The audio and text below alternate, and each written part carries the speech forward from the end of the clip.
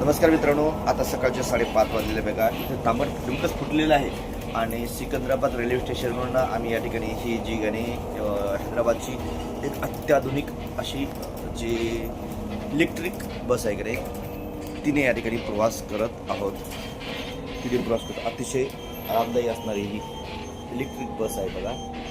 या इलेक्ट्रिक बसने आम्ही आता राजीव गांधी एअरपोर्टमध्ये खडे रवाना झालेलो आहोत. पण या ठिकाणी आम्हाला वाटलं की जवळपास 100 तुम्ही बघू शकता. या इलेक्ट्रिक बसला कंडक्टर नाही तर जे ड्रायव्हर आहेत की नाही चालक आहेत तेच या गाडीचे जेवढे काही पॅसेंजर आहेत की नाही त्या पॅसेंजर तिकीट काढताय. या गाडीमध्ये बघा एकच पॅसेंजर ते पाठीमागच्या साईडला पॅसेंजर आहेत आणि त्यानंतर मी आणि शौर्य असे बघा तीनच पॅसेंजर आहेत. तीनच पॅसेंजरसाठी ही जी बस आहे की नाही आम्हाला एअरपोर्टवरती घेऊन जात आहे. आम्हाला वाटलं की जवळपास 100-150 रुपये तिकीट असेल, पण 500-600 रुपये तिकीट आहे. आणि हे तिकीट ऐकल्याच्यानंतर आम्हाला आश्चर्यच वाटलं की बा एवढं तिकीट या शासकीय बसला असू शकतं.